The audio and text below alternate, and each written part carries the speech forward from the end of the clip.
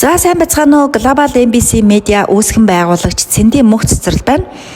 Яг одоо бүгд найрамдах хятад ард улсын өвөр Монголын өөртөө засах орны Хөх хотоос мэдчилж байна. Сүүлийн үед монголчууд маань эмчилгээ, онцлогоо, шинжилгээгээр Хөх хотыг маш их зорж ирж байгаа. За миний хувьд ч гэсэн бусдын адил зорилгоор ирсэн.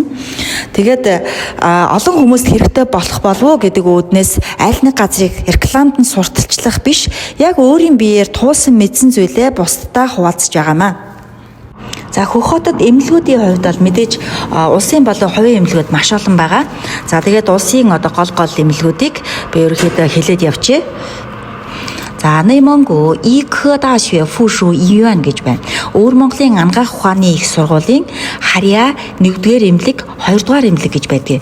За энэ 2-р эмнэлэг нь болохоор ясны чиглэлээр дагнсан. За энийг бол өвөр Монгол болон манай монголчууд болохоор харьяа эмнэлгийг ерөөхдөө хараад 1, хараад 2 гэж хэлдэг юм билээ. Хараад 1 эмнэлэг нь Хөх хотын хамгийн том эмнэлэг гэж хэлдэг. За тэгээ бүх төрлийн өвчин үзэх, онц тогтоох, мөн хамгийн хүнд онцгой тийм ажилбаруудыг хийдэг эмнэлэг. Хараад 2 эмнэлэг нь ясны хугарал, гэмтэл, яс үе мөчний мэс засал хийдэг ерөөхдөө ясны чиглэлээр дагнсан эмнэлэг гэдэг. Наймонгу зэжи чүрэми юан гэж байна. Өвөр Монголын өөртөө засах орны ардын эмнэлэг. За дараа нь Наймонгу зэжи чү жун и юан гэж байна. Өвөр Монголын уламжлалт хятадын ангаах ухааны эмнэлэг гэж байна. За мөн Наймонгу гожи мон юан гэж байна. Өвөр Монголын олон улсын монгол эмнэлэг. За Бээжин даашвэ Наймонгу зэжи чү жунлиу июан гэж байна. Бээжингийн их сургуулийн харьяа өвөр Монголын хавдар судлалын эмнэлэг. За мөн Хөх хотоос жунмон июан гэж байна. Хөх хотын хятад монгол эмнэлэг. За ингээд монголчууд хамгийн их ирж байгаа гол эмнэлгүүдийг нэрлэлээ. За ирж байгаа хүмүүс маань эмнэлгүүдээ сайн судлаад би яг ямар чиглэлээр аль эмнэлэгт нь ирэх вэ гэдгийг маш сайн ойлгоод тэгээд эмнэлгээ сонгоно. За тэгээд эмнэлэгт очингууд ер нь аль ч эмнэлэг ерөөхдөө очир ер нь маш гайгүй байдаг. За миний харснаар бол хараад 1 эмнэлэг бол маш их хүнтэй юм бэлээ. Тэгээд гэхдээ л ер нь бүх ихэнх эмнэлгүүд тухайн өдрөө өглөө эртгөө очиод очирлоод тэгээд эмчдэрээ цаг авах боломжтой байдаг. За ихэнх эмнэлгүүд нь бол орох хэсгээр оронгууд цаг авах тооцооны төлдөг хэсэг байгаа. За автомат машинаас хариу авдаг хэсэг байгаа. CT-ний зураг авахулдаг газар гэдэг дэлгэцэн дээр эмнэлгийн танилцуулга болон эмчнэрийн танилцуулга гарна. За тэгээ ихэнх эмнэлгүүдэд ер нь Монгол, Хятад аль эмчнэр нь байдаг. За тэгээд эмчнэрээ бас сонгоно. За тэгээ өөртөө судлаад эмчнэрээ сонгохгүй тохиолдолд яг эмнэлгээс хуваарж өгч байгаа эмчдэр цаг авнаа. Ерөнхийдөө аль болохоор өглөө өвлөн очих хэрэгтэй, шууд шинжилгээ хийх гээд бас яаж хэлж мэдгүй те. Ялангуяа дотор эргэтнээ үзүүлэх гэж байгаа хүмүүс бол өвлөн эртхэн шиг очиод тэгээд цагаа авах боломжтой. Тэгээд өглөө эрт очиод цагаа авах юм бол нэг зарим эмнэлгүүд нэг баг зэргийн очиртой байдаг. Ер нь бол эмнэлгийн хангамж болон эмчнэрийн хангамж нь маш хангалттай учраас нэг удаан очирлоод юм уу эсвэл олон хоногийн өмнө энэ төр авах шаардлага ерөөсөй байдаггүй. За тэгээд эмчтэй үзүүлэх цагаа авахад бол 15-аас 35 юан болдог. Монгол мөнгөөр бол 7500-аас 17500 төгрөг гэсэн үг ээ. Зовёрт тодорхойлоод ямар шинжилгээ хийхийг нь хэлээд өгнө. За тэгээд шинжилгээний хариу нэг удахгүй гарчна. За хэрвээ CT юм уу эсвэл цусны шинжилгээ өшөө нарийн мях юм бол яг нэг 2 өдөртөө 3 өдөртөө хэтэрхгүйгээр гарчна. За ингээд эмчилгээгээ авна.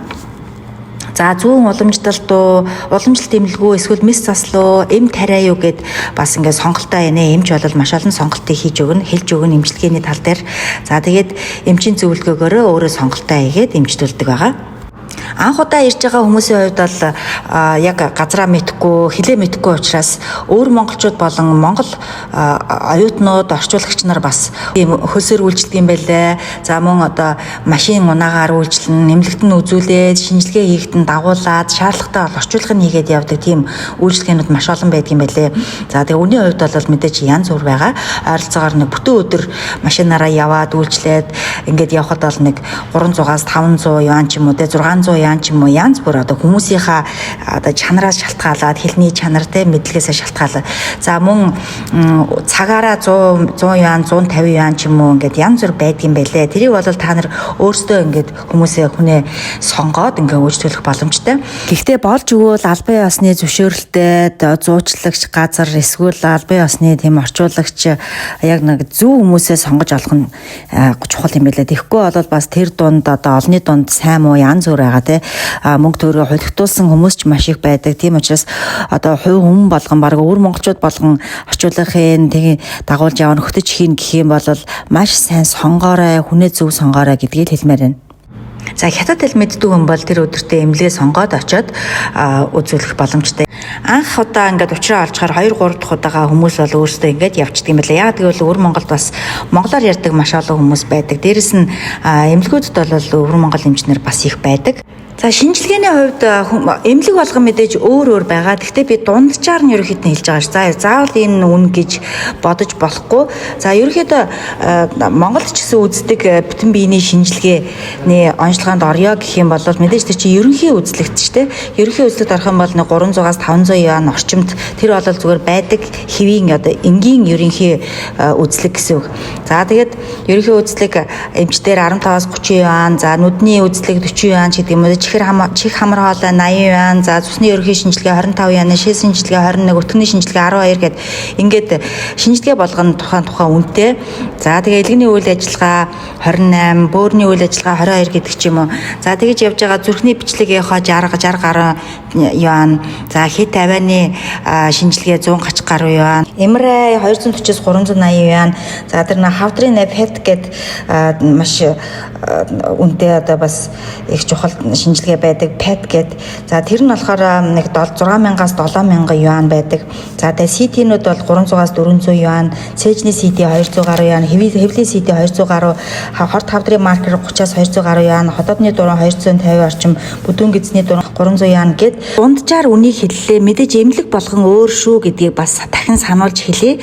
За мэдээж хол газар явж байгаа учраас мөнгөө тодорхой хэмжээнд бэлдэх хэрэгтэй гэдэг үүднээс мөнгөний шинжилгээний үнийг бол ойролцоогоор мэдчих хэрэгтэй юм байлээ. Голоос зорж ирж байгаа учраас зүгээр нэг ерөнхий шинжилгээ хийх гэдгээсээ илүүтэй бас нарийн шинжилгээ хийлгэж байгаа хүмүүс маш олон байдаг учраас ойролцоогоор 3000-аас 5000 юан, за 2000 юанч болдог хүмүүс байгаа. Тэгж бодоод бас ирэх хэрэгтэй юм байлээ. За ингээд энэ удаагийн бичлэгээ өндөрлөе. Тун удахгүй та бүхэндээ эмчилгээний төрөл болон эмчилгээний талаар дундаж үнэ, за мөн одоо хөх хотод өөр юу үзэх боломжтой, замын зардал, хоол, унд гэдэг буудлын талаар гээд бүх мэдээллийг цуврал болон хүргэх болно. Энэхүү пэйжээ фоллоу хийгээд дараагийн бичлэгээ үздэцгээгээрэй.